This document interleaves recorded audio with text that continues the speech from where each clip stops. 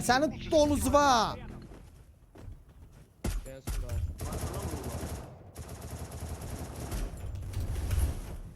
Sonra brat, sonra.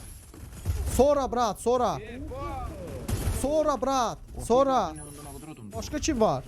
Yine var. Sonra ben yazırlar ki panel sen. Ne de burada yine adam var. Ay mənə də qoydu. Vurun da ne tarihin geçsin öldürdü bizi. Yaşa. Bilal Sultanı mənə qaldırın. Video çəkirdim vurdum ha. Sonra gəlir bağlama xəstə nə qoysan. Abi zona çok hardadır. Bence aşkım Allah.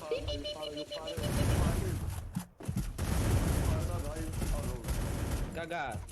Sağda mahve. Oy bile hala düştü orada. Oy bala. Çat nerede lan belə vuruşlar? Nerede çat? Heç bir yerde yok ulan. Yok ulan. Hepsi bizde lan. Bizim vuruşlarda lan. Videolardaki dalbadal çıkıyor lan. Oya beşli hemen. Otoba. Neçə? Oy bala. Ora uçan varızdı. Uçan koyunca da arkalarına düşer.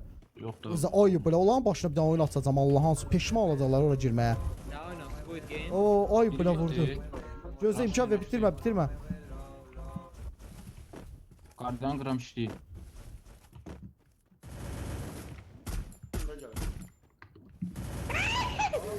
Oy. Allah'ta bak. Bu insanların başı yeri büyük. Oyun tek cürlü attım. Ay kanka sen buz mu atma da sokayım senin buzuna ya. Elə kill üstə zorlanma gedir burada. Hələ vuramamışsınız onu. Qasirə vardı. Hələ vurmamışsınız onu. Nə gündəsiz? İşte lan səsinə bak. Öldürdün.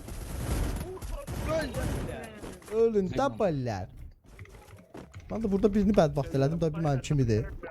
Xana düşüb bu nə də? Bu nə sevgilikilə?